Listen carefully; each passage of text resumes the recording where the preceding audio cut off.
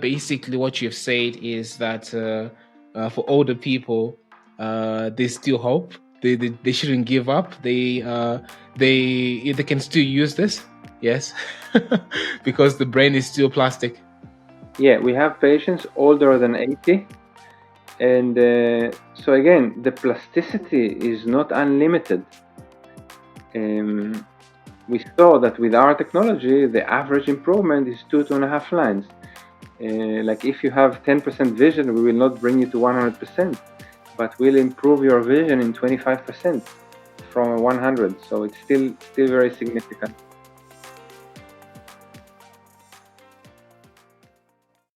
In this episode of the MedTech 101 podcast, I sat down with an exciting CEO of a company that's working to change, I think, almost everyone's life. Revital Vision, a company that's working to change people's eyesight to actually improve it without needing surgery. So, which is something quite novel and something quite unique. That's why I was really keen to have them on the episode. Or actually to have them on this podcast episode, which we're having today. So yeah, before I even get started, really talking about you know what this company does, we can actually just start by talking about actually what the eye is and how it works, how the eye works with light that gets reflected, etc., etc. But I just want to focus on like what contrast, sensitivity, and visual acuity is. Yeah. Do you think we could start the conversation right there? Yeah, sure. So first of all, thank you very much for inviting me to the podcast. It's an honor, and I'm Yair Yahav. I'm the CEO and the co-founder of Revital Vision. And as you can see, I have on the slides. It's actually it's a doctor presentation because we don't have presentation to the public. So I would try to make the professional explanation very easy to understand for people who are not professional eye care specialists. And as you know, if we have a vision disorder or vision problem, we go to an eye care specialist. We would go to an ophthalmologist or an optometrist to try and figure out what's the problem and to get help. And usually, it's very common that if you have a vision problems, the problem is in the eye. But we are coming from a very unique approach. We are actually improving vision through the brain, because the eye is only a window for the light to enter, but eventually the way we see is processed in the brain. The brain interrupts the signal and we see with our brain. So we have a very unique technology that improves vision through the brain. Nice. Yeah, so yeah, welcome. You definitely welcome on the podcast. I know I didn't mention it, but because I'm just so excited about the technology we have today. And just one thing for guys listening on the audio, for this episode, because there's a presentation with some graphics and some visuals there to help you understand what we're going to be talking about, I would recommend you to head over to the YouTube channel and watch this episode with Yair on YouTube, so you can actually see the stuff he's going to be talking about. But yeah, definitely you can start going through the slides, and we can talk about it. So for your question about visual acuity and contrast sensitivity, so the way vision is measured, there are various ways to measure different aspects of vision. One main aspect is our quantity of vision. It's a quantitative measurement. Visual acuity is, I think, the most common test. You have to read the lines from an eye chart, vision exam chart. Usually it's in distance 3-4 meters, and you have to try and read the smallest letters. So the ability to read small letters, black on white, this is visual acuity. And normal people, vision are able to read the 6/6 or 20/20 vision. So there are different parameters that are used in the world, but these are one of the two main ways to measure vision. So if I have 20/20 or 6/6 vision, my vision is normal, and if I see less, I see less than normal. Below 20/30 or 6/9, the vision is already should be looked at as poor vision, mild, but less than normal. And according to many countries, if we cannot see at least with one eye to read all the letters on the 6/12 or 20/40, then we could not qualify for a driver's license. So this vision is more or less the threshold, the cutoff of functional vision. So this is visual acuity. What is contrast sensitivity? Contrast sensitivity is our ability to differentiate objects from similar background. Here we can see in this slide, this is the visual acuity chart. So our ability to read small lines, and this is actually it's more professional photos. No, I don't have. Sorry, that's the physician presentation. Contrast sensitivity describe better the quality of vision. Why? Because visual acuity to read small letters on a white background is when we read text on books or when we read science. But most of our daily activity, we would need to differentiate the object from similar background, like looking at a tree with different leaves, green levels. So to be able to differentiate one leaf on a very similar background, and if our contrast sensitivity is poor, we would find it very difficult to see at night and whenever there is dim light. So it's another way to measure the quality of the vision. There's also measurements to our ability to see stereo, if we have depth perception or binocular vision.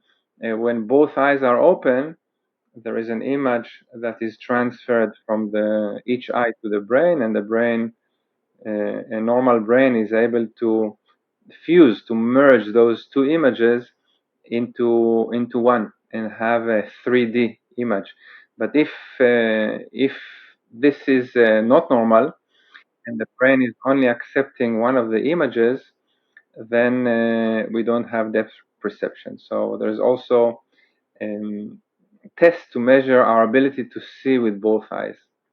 And I will elaborate later on the podcast, because this is something which is related to a vision disorder called amblyopia or lazy eye. So this was just an introduction to expressions in eye care, how we measure the vision. So we have developed a very unique technology that improves vision through the brain, and in fact, we developed a solution that addresses a huge unmet needs of hundreds of millions of people with poor or insufficient vision, which cannot be further improved by existing vision treatment. It starts from amblyopia, lazy eye, after the critical age, after 9 years old. Lazy eye is a vision disorder in which the brain fails to process input from one eye and favor the other. And over time, that neglected eye develop poor vision, and there is also a binocular dysfunction. The brain is only accepting image from one eye. Usually, the standard care is to fix the problem with the glasses. A baby is born with different refraction condition between the eyes. For example, one eye would have 0 refraction and the other one would have +5. So when the brain tries to fuse those two images, there is a blurry image. So the brain would rather ignore the blurry eye and only accept the image from the clear image. So that and this is done at early childhood when the brain needs to receive very clear image and stimulation in order to develop the visual system in the brain. And so the first thing is to check if the child needs glasses, and sometimes it's not a refractive error, it's an eye deviation. So one of the eyes is wandering, and again the brain cannot fuse those image into single image, and there is double vision, what is called diplopia. So what is done? So for these patients, there is a need to do surgery for the eye muscle, and then the good eye is covered with patch. So you see those young toddlers or baby with an eye patch and glasses. This is the primary care for lazy eye, and this is effective during early childhood when the brain is still plastic, when the visual system is developing in the brain. And after the age of 7, this primary care of patching or occluding the eye, the efficacy drops down to less than 30%, and it's considered untreatable after the age of 9. So we are offering a solution after the age of 9, and up, no age limit.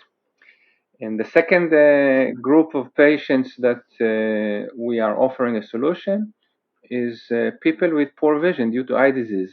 So in a lazy eye, in amblyopia, by definition, it's a healthy eye that cannot see well, even with best optical correction. The anatomy of the eye is normal, but people who suffer from eye disease, they do have an anatomical damage to the eyeball structure. It could be retinal disease, corneal disease, anything that eventually causes the image to be transferred blurry to the brain. So we are targeting a huge population of people with eye disease, different conditions, who already maximized the vision potential by treating the eyes. These people have glasses, some of them are taking medication, and many of them have done already surgery. And they are still left with poor vision. Some of them are luckier than others. They have 80% vision. Some have 20% or 10% vision. So we are targeting a population with poor vision between mild and moderate low vision impairment, anything between 6'9" and 6'60". So this is a second group of a huge pool of patient population that we offer a solution. The third group are patients who have done cataract or LASIK refractive surgery to remove the glasses. Cataract is the #1 surgical procedure in the world. Eventually, after the age of 60, almost all people have some degree of cataract, and eventually 30% of the people will have to replace the natural lens of the eye because it becomes cloudy. And this is a very standard procedure with very good clinical outcome, but not all of the patients are happy immediately post-surgery. Some are suffering from low contrast sensitivity or difficulty to neuroadapt post-surgery because now they have a new lens the brain needs to adjust, and at that age it doesn't happen very easy to some of the people. Some have side effects like glare and halo, and after LASIK, you know that sometimes you have perfect results, but you have regression years after surgery.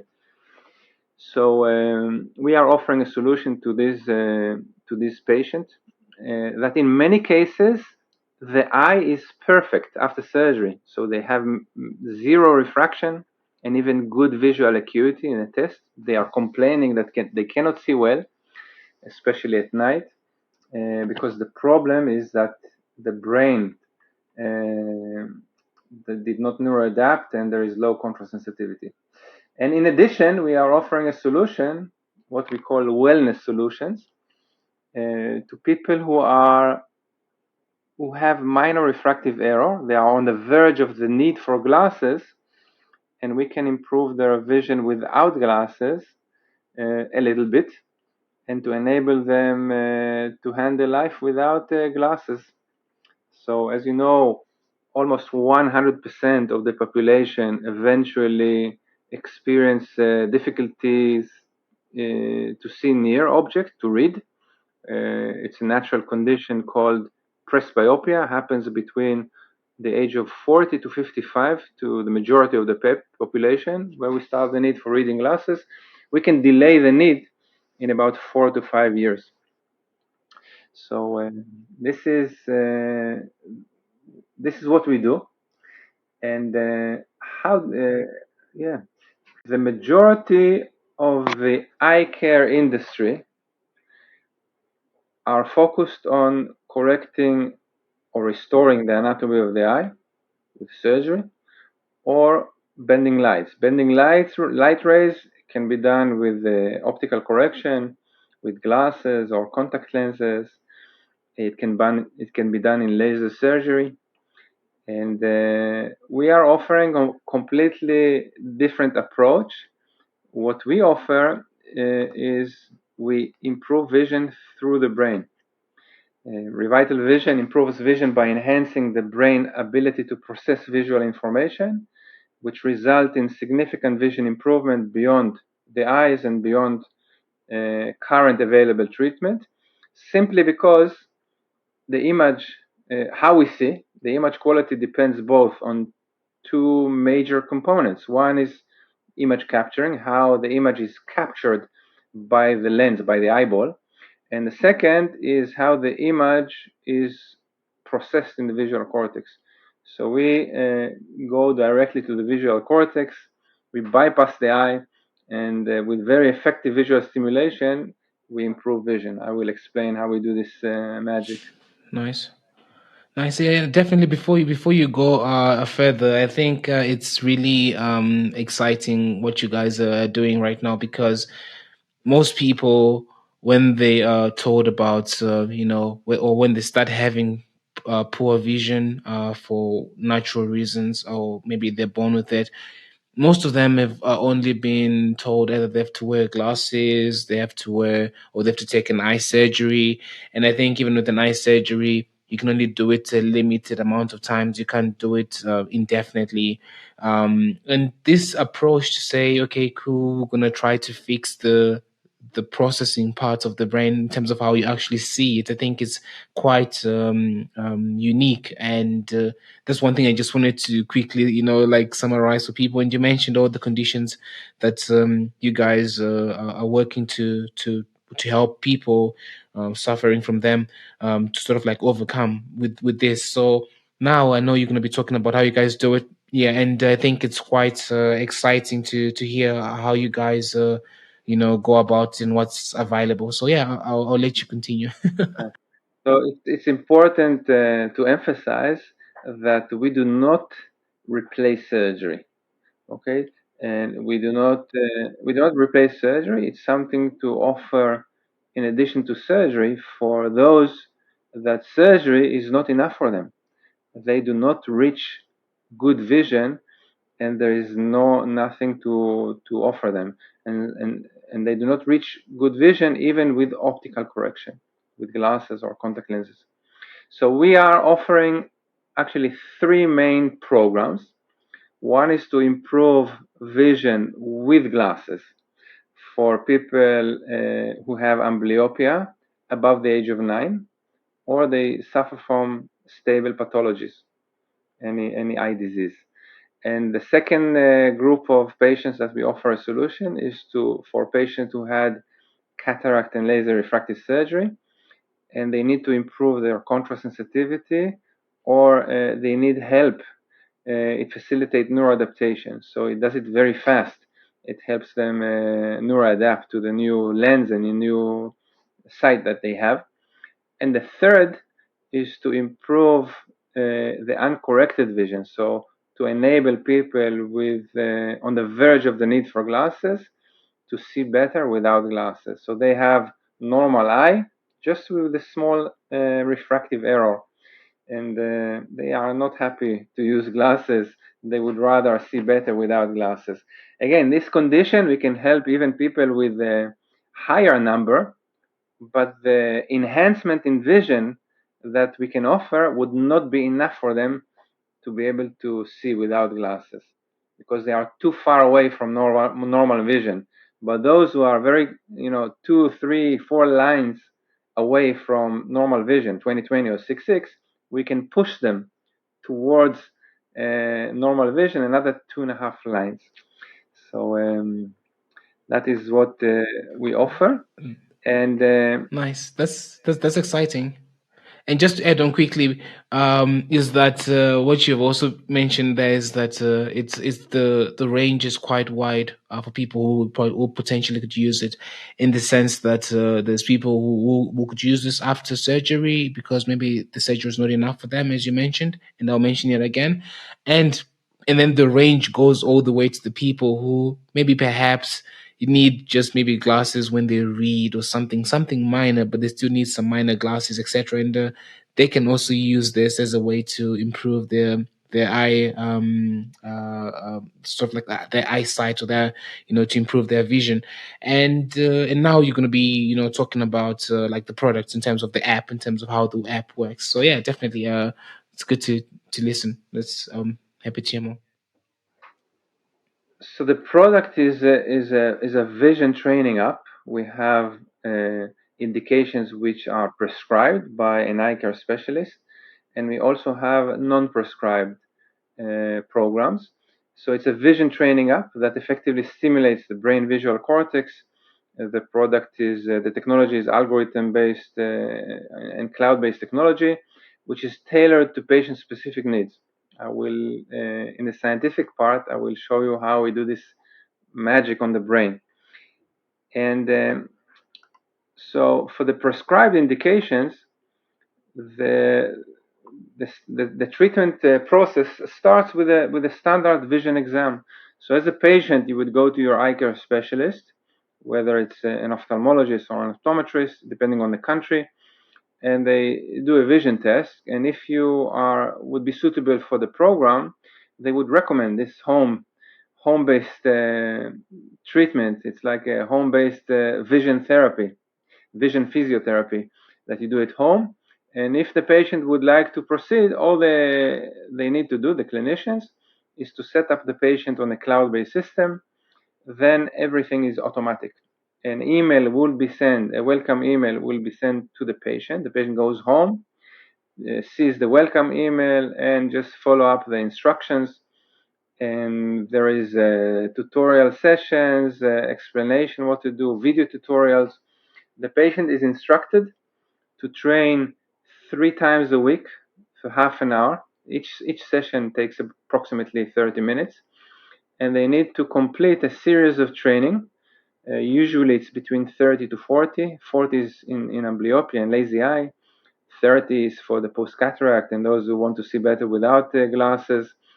Once they reach the mid of the program, so between 15 and 20 sessions, which is 4 to 6 weeks, they would get a reminder, and also the clinic, to come back to the clinic to measure the improvement in vision. The clinician will measure the improvement. Again, we'll update the cloud-based system, and the patient would go back home to complete the second half of the program and back to the clinic for a final exam.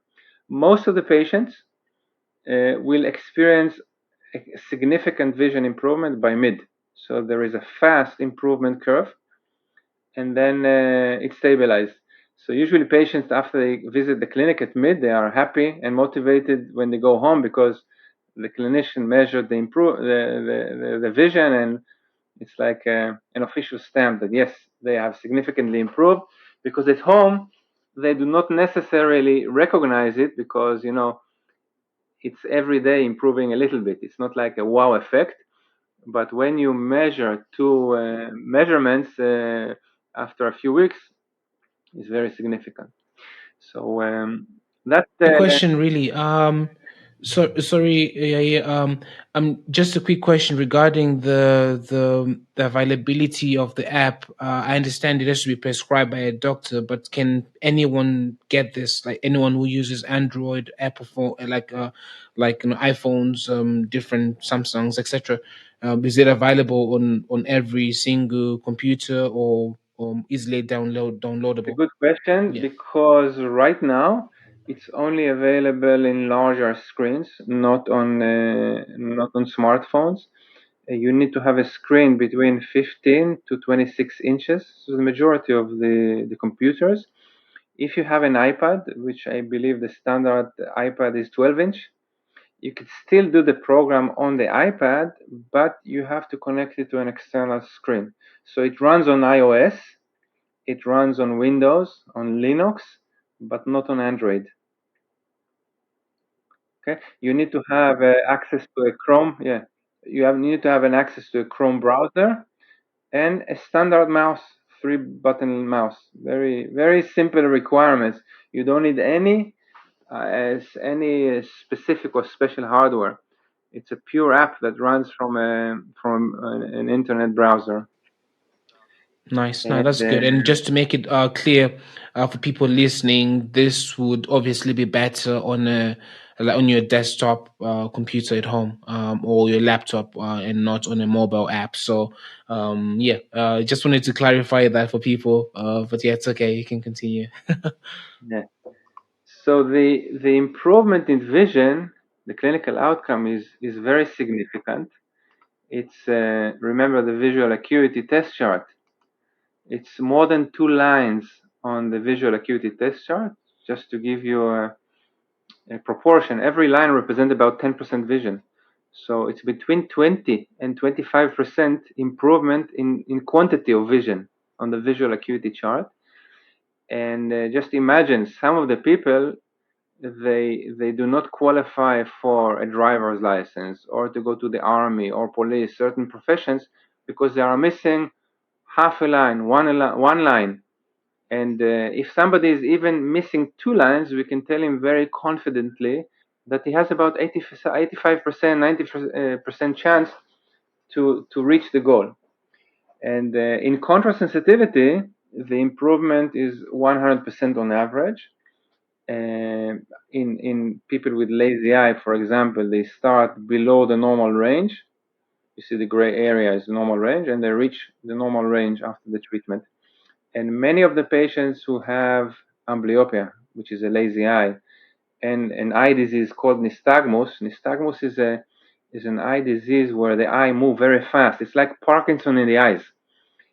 People with albinism may have it, but not only them. It's actually quite common. And one of the main problems is similar to amblyopia. They don't have binocular vision. The brain is only taking image from one eye, at least one eye at a time. So many of those patients, they start a treatment without having binocular vision, and they move to binocular vision, which is quite amazing to demonstrate it in adult age. This is something very difficult to achieve even in young children when they still have, the brain is still plastic. Nice.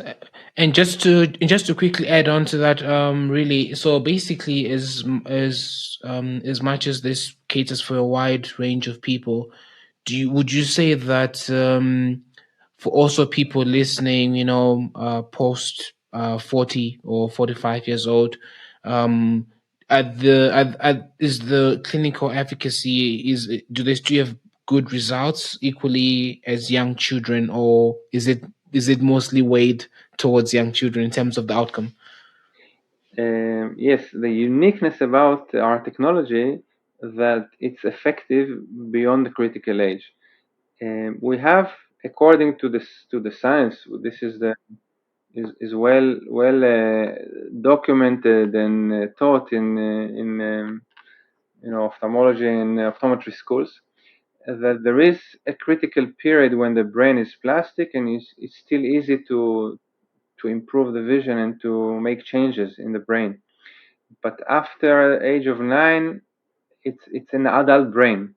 It's not that we have zero plasticity.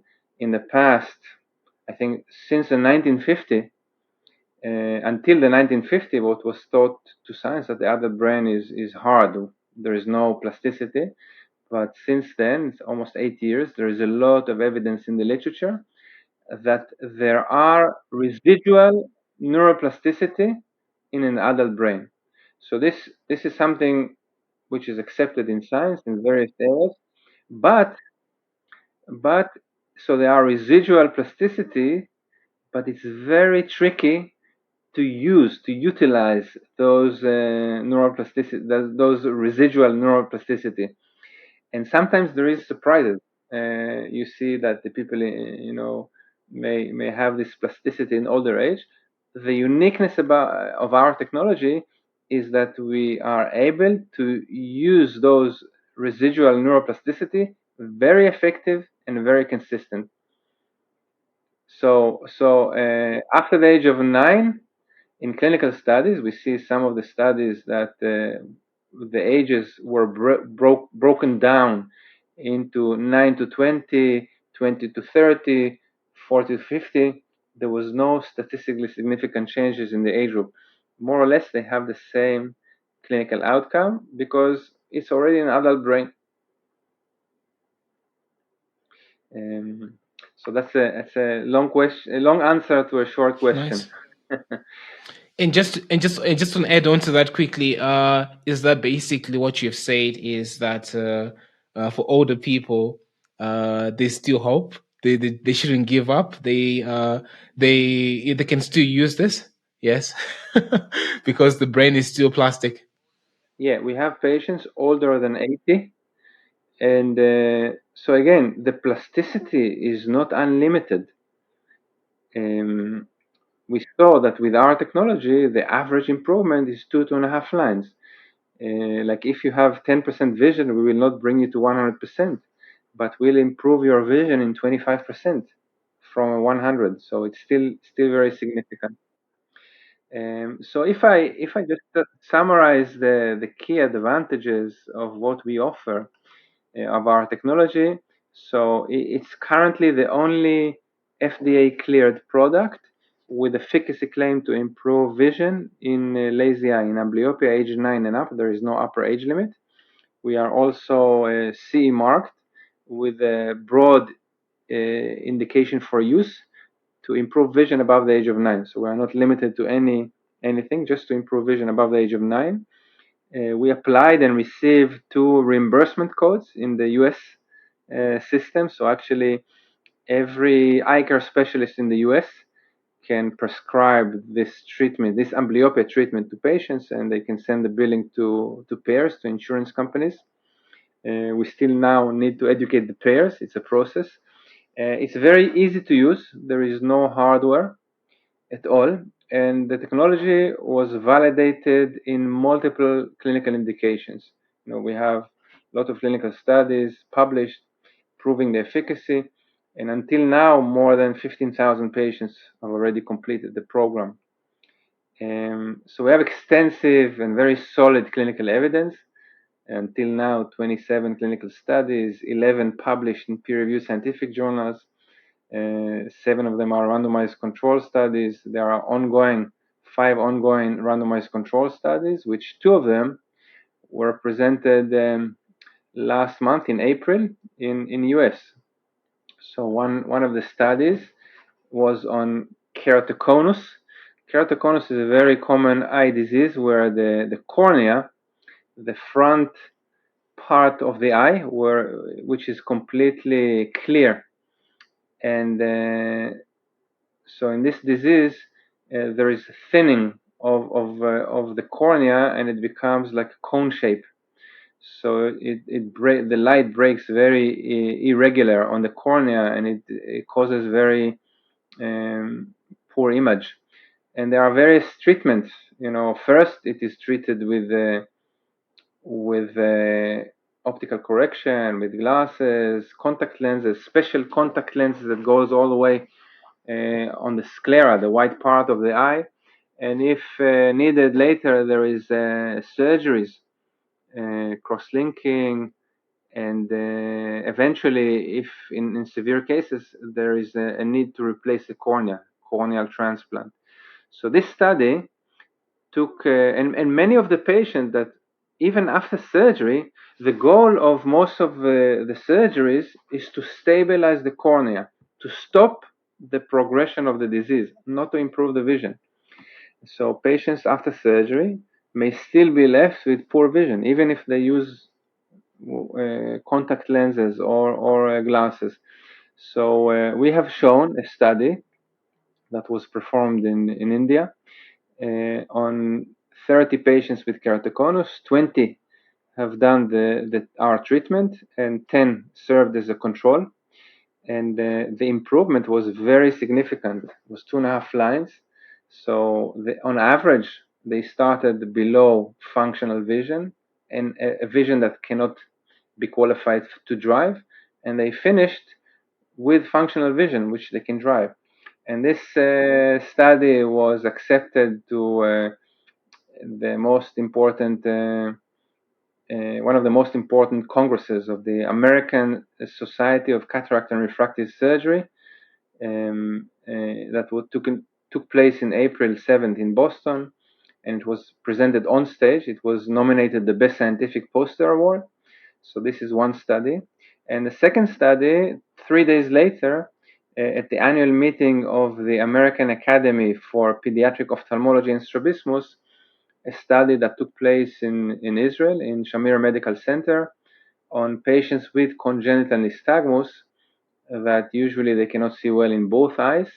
It was a controlled randomized study that showed significant vision improvement for these patients, both for distance vision, near vision, they now can read much better, and also improvement in stereo and binocular function. So fresh studies on stage, which created a lot of interest from the ophthalmologists.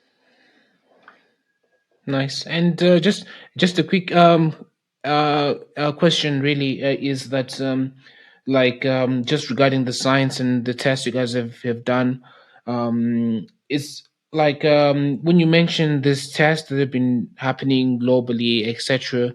I just wanted the audience to also understand that what you're referring to is that with each study that happens and each different eye case that happens, etc., it also widens the range of use you guys have then, because you actually now have sort of like clinical evidence that your product has worked on this particular eye condition, and it's also basically meaning that it's more and more open for more people with with vision problems, etc. So yeah, that's what I just wanted to add to, like, to simplify it to people to understand what you mean when you mention all these places.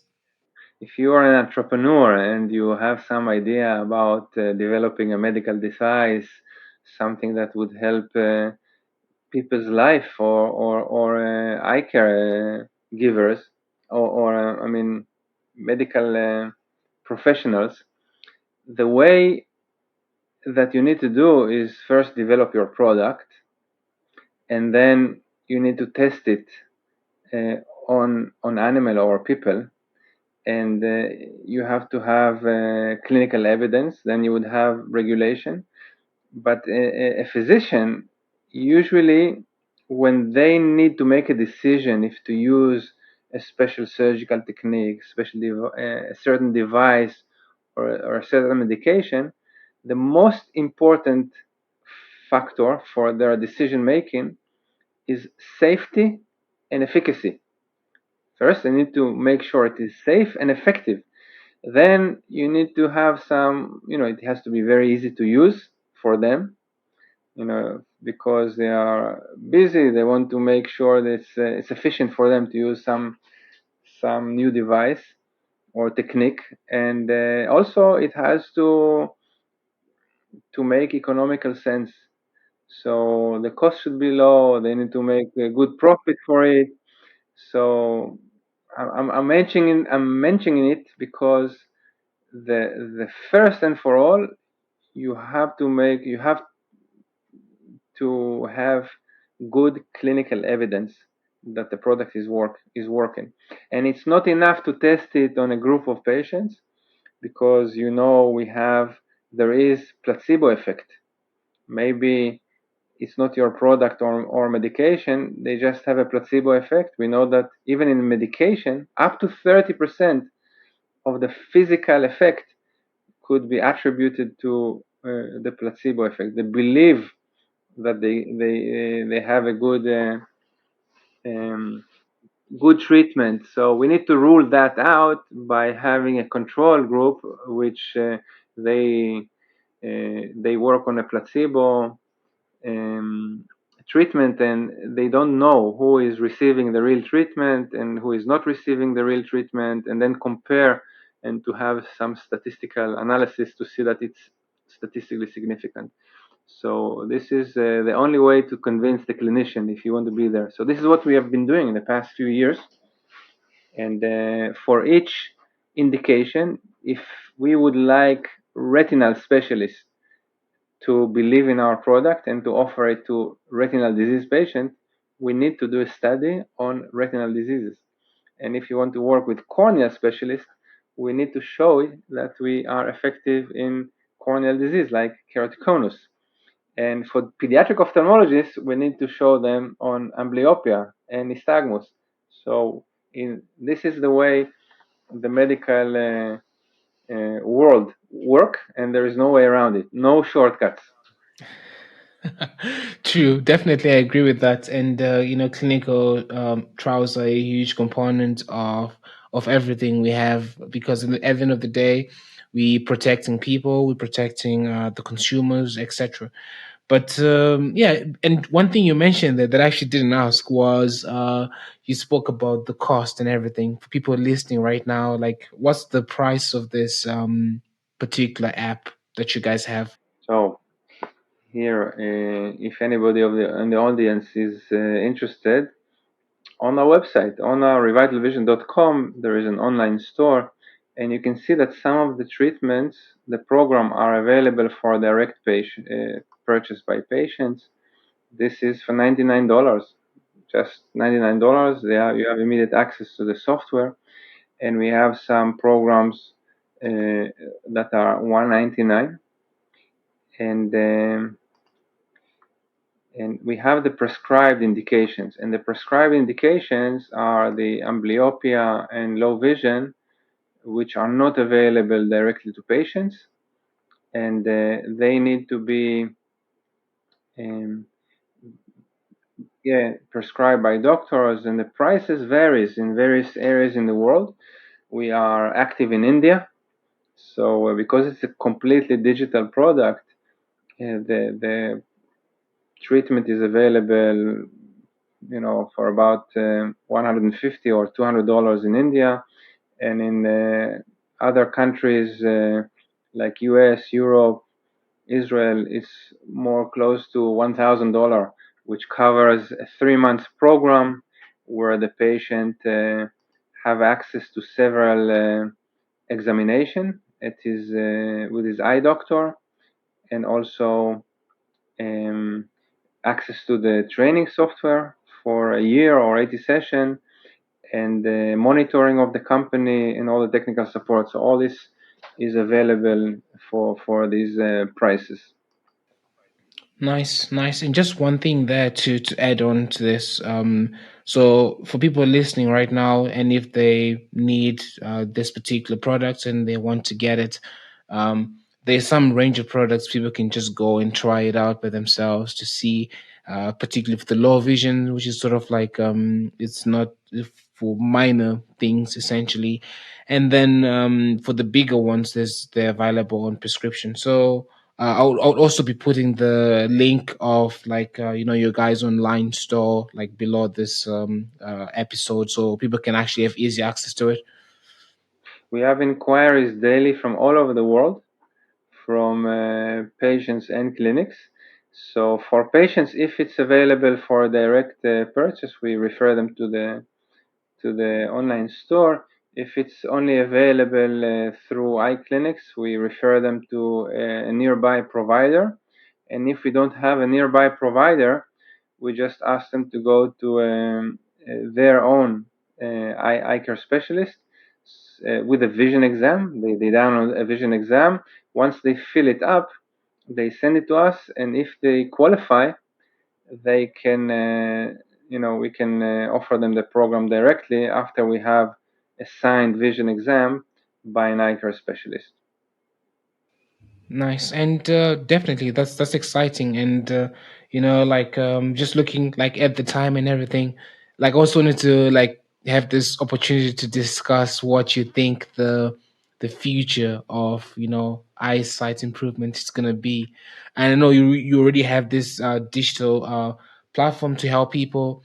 Are you guys thinking of integrating it with the the Apple Pro, like the sort of like the metaverse world, or how are you guys planning to work around that? So yeah, actually, we're approached by big companies that developed wearable devices that to see if because all of these 3D hardware right now, they don't have a killer application, and they are looking to enter into medical. So it's something that can be done. It's not our focus, so maybe in the future, and also some applications on smartphones. It's also a possibility. And I think the future of AI is amazing. What's going on right now? Um, there are a few areas with significant progress. All home diagnostic and monitoring is becoming more and more popular. For example, you have today, in only the past few weeks, I know of a device that is fully automated AI that got received FDA for retinal disease diagnosis of the retina. You know that today there is a possibility to do even ultrasound through a smartphone and a lot of a lot of activities in the area. One of the companies um, have developed um, an online vision exam. So with your smartphone, you can do your self vision test to know the numbers in your glasses, so you can order online. These are all areas which are progressing very fast, and for us, we should be able to use AI and deep learning on our database, because each of the patient which is set up on the system by a clinic on a cloud-based system, we have a lot of data, high resolution data of patients. For example, their eye condition, their refraction, their visual acuity, and all of this data is also classified according to diseases. So we have the first vision exam in the clinic, the second and last. All of this information is collected. And lastly, the training patterns on our algorithms is collected. So we can run deep learning on large database to further optimize our algorithms to provide even better clinical outcome and to better predict who, the Gauss curve, who are not responding versus those who respond more than average. And I think this database, which is very unique, could serve as a gold mine for the entire industry once we have several hundreds of thousands of patients. So definitely AI will take will enable us and help us to further improve our product in the future. And just to add on quickly, I know when we spoke earlier, you mentioned that the work that you guys are doing was based off two scientists that won like Nobel prizes. Hmm. Would you want to quickly like Yeah, describe or talk about sure. that briefly, so people can also hear about it, is to give people confidence to say, you know what, like it's not just a startup, like a tech startup somewhere, but there's a huge backing, from the science community that has led to where you guys are today. So I'll try to run through the science, and I hope it will not be too complicated. But basically, we know that image vision is limited by two main factors. It's the front end, the eyeball, and the back end, which is the brain. It's connected with an optic nerve. And as I said, all the industry focuses on this part, and we are only focusing on improving the brain visual processing. So how do we do that? How do we do this magic? The science, our science is based on four main scientific building block or pillars. First is Gabor patch.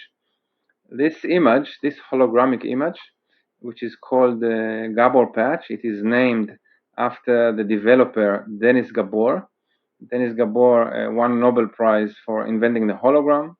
And behind this image and the hologram, there is a complex mathematical formulation. So what's special about this image? It's considered to be the most effective visual stimulation known to science. If we would like to measure the electric response in the visual cortex in result to visual stimulation, we can stimulate an eye with thousands of different pictures. This image, this picture would induce the highest response. The reason for that, it's because the shape of it perfectly matches the receptive fields of the neurons in the visual cortex, one-to-one, so inducing very strong response. So once this was developed, it became very popular in the field of neuroscience, every visual neuroscience. Every experiment that there was a need to measure the electric activity in the visual cortex, now they are using this type of visual stimulation. This is the reason we are only using this type of visual stimulation in our software, simply because it creates a very strong neural response. But if we try only to stimulate with this picture, the eye, the vision will not improve. You have to do it in a very specific manner. So the second scientific building block behind our science is based on this famous experiment of the cat visual cortex. This is a well-known experiment from '59. Was conducted by Hubel and Wiesel. They won Nobel Prize in medicine for this experiment and other scientific research they did on amblyopia on cats. So they anesthetized the cat in the laboratory and inserted a microelectrode to his visual cortex. They connected to an amplifier, and in a dark room, they projected a light on the screen in different parameters, and they discovered a phenomenon. They found out that neurons in the visual cortex are sensitive and responsible to process only one type of visual stimulation, and they are inert to other types of visual stimulation. The main parameters which will dictate which neuron will be activated is based on the location of the stimulation within the visual field. So if this is my visual field and the stimulation on the upper left or bottom right, different group of neurons would respond to process the visual information. The second is the orientation of the stimulation and the spatial frequency. So for example, here you see in a horizontal stimuli, only those neurons that are sensitive and responsible to process this type of visual information, they react and they interact between them. You need a group of neurons to react together and to communicate to characterize an image in the brain. They found the basic mechanism of visual processing in the primary visual cortex, and they won Nobel Prize for this discovery. What's important for us, the takeoff for us, that if you think of it, if we know the precise correlation between specific visual stimulation and specific neural response, we may find ways to manipulate specific areas in the brain. And it took about 40 years until another scientist, Uri Polat, an Israeli scientist, have repeated the same experiment, and he found out that if we try to stimulate the brain with a target, with a single target with Gabor patch, or when we add another two Gabor patches on the side, in specific parameters, we can dramatically increase a neural response. So he replicated the same experiment of Hubel and Wiesel, the cat visual cortex. He anesthetized the cat, inserted the microelectrode to the visual cortex, but this time, instead of projecting a light on the screen, Gabor patch was already available to science. So he presented a single target Gabor patch at different contrast level, and he measured the electric response in the visual cortex. And he found a direct correlation between, linear correlation between contrast and response. This was not new to science. This was already known for 40 years. The second part of the experiment, he added those two Gabors on the side, and he found that in some areas, he could dramatically increase the neural response. It looks like that. So the red is a neural response to a target single Gabor patch. This is two Gabors without the middle one. There is suppression. There is no response. And when you align those three Gabor images at specific parameters, you can dramatically increase the neural response. So nice. And just to quickly add on here, is that because as you described earlier, that like different neurons are different to certain types of like inputs, but then to retrain the eye to see this, the idea is to try to train the neurons to pick up new stimuli, essentially by training them, by stimulating them, because technically you're retraining them, and that's what it basically means. That's why you use these Gabo patches, to actually try to retrain the neurons to see the lights or the inputs it's receiving in a particular way. Correct? Yes, exactly. So this scientist, Uri Polat, what he discovered a way to manipulate the neurons to provide extreme neural stimulation. This kind of stimulation doesn't exist in real life, and the main intellectual property of our company are unique algorithms that knows what's all the how to align those patterns to create very strong stimulation to different patients, and I show you how we do that. So as I said, neuroplasticity today, we know that there are residual of neural plasticity in older age, but very tricky to utilize them. And the third building scientific pillar behind our technology is perceptual learning. Perceptual learning can be modified with experience, and visual performance improves with practice. But apparently in older age, it's not enough to cover one eye. Like if you have a lazy eye, amblyopia, if you try to cover the eye for 10 or 20 years old patients, in most cases it will not help, even though they do have residual neuroplasticity. But in order to effectively utilize those residual of neuroplasticity, you have to do a very unique, special technique. You use perceptual learning, so you need to do repetitive performance of controlled and specific visual tasks, and if done properly, you can use those effectively utilize and use the remnants of neuroplasticity. So how we use this perceptual learning technique with Revital Vision? We enhance the neural lateral interaction using the lateral masking technique. So we expose the patient to those three Gabor images at very certain parameters, and we do it in a repetitive manner. So the patient is exposed to very strong visual stimulation again and again. So gradually it trains those neurons to be more responsive to visual stimulation and to form new lateral connection on the synapse level. So we actually form new connections in the brain, and what it does, it increases the detection point, the neural detection point, and reduces the surrounding neural noise level, improving contrast sensitivity function. Basically, in layman language, if there is a foggy day, in a foggy day, you look at the horizon. In a certain distance, you cannot see anything, right? some area you cannot see anything because we don't have enough resolution power at a certain distance. And what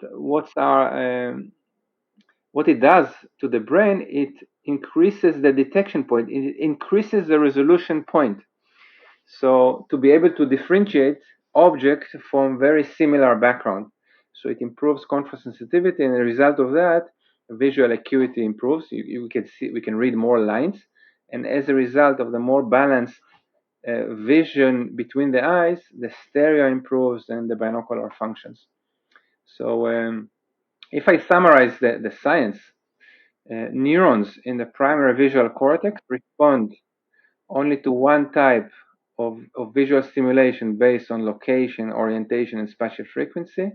So the software, what it does, it identifies patient-specific cortical deficit or sensitivities.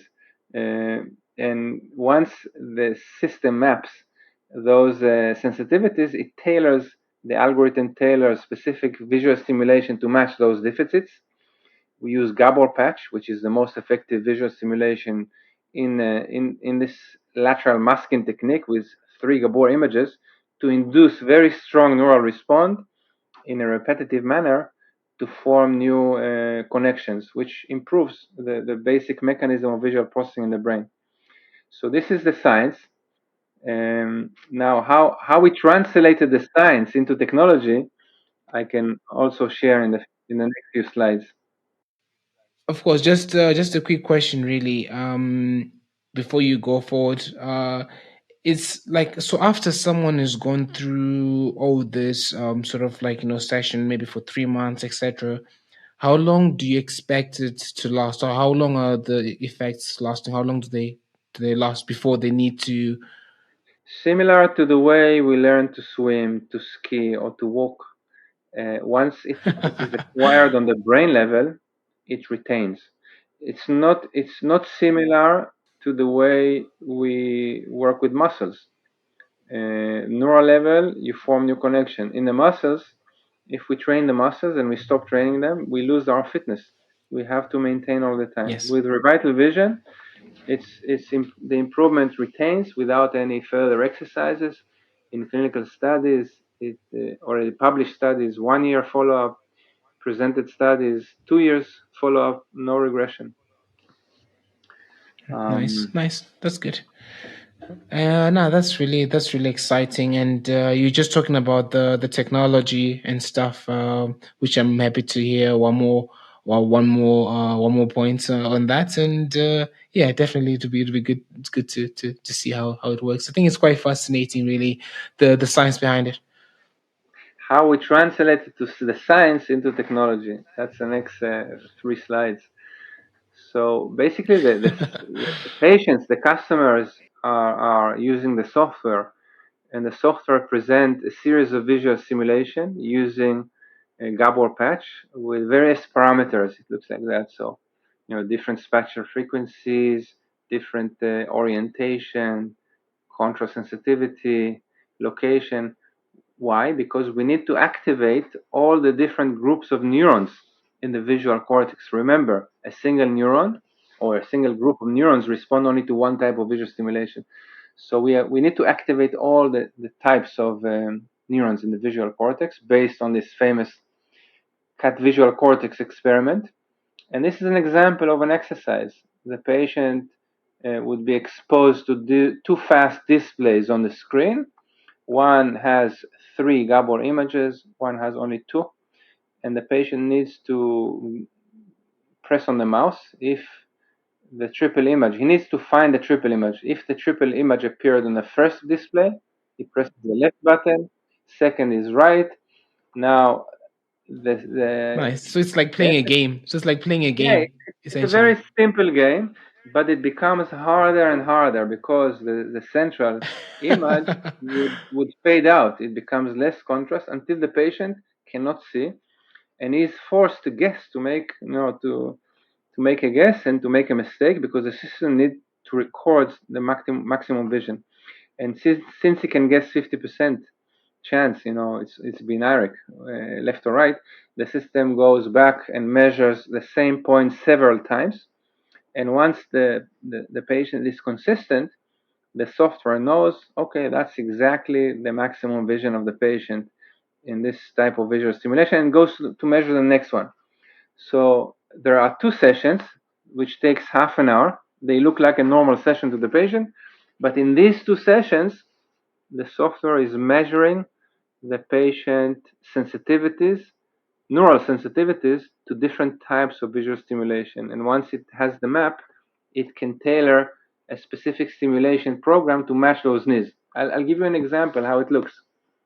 If if a, if a baby was born with an astigmatism in one of the eyes, it means that instead of having a completely round shape of the cornea, it's slightly elongated.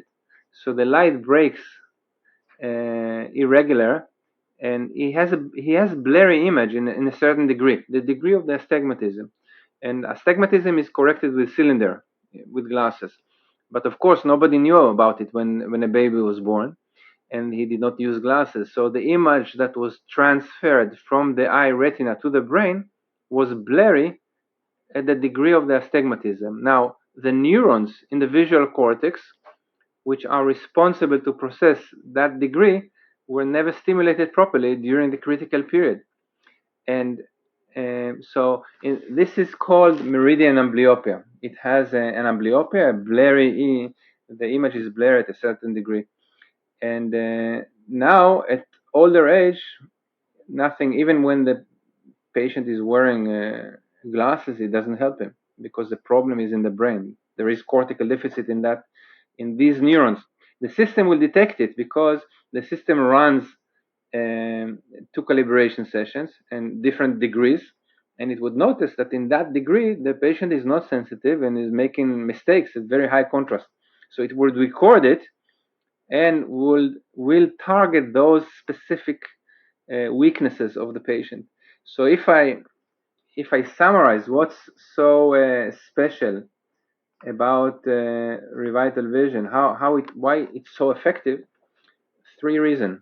First is the level of the stimulation using those 3 Gabor image, what we call lateral masking technique.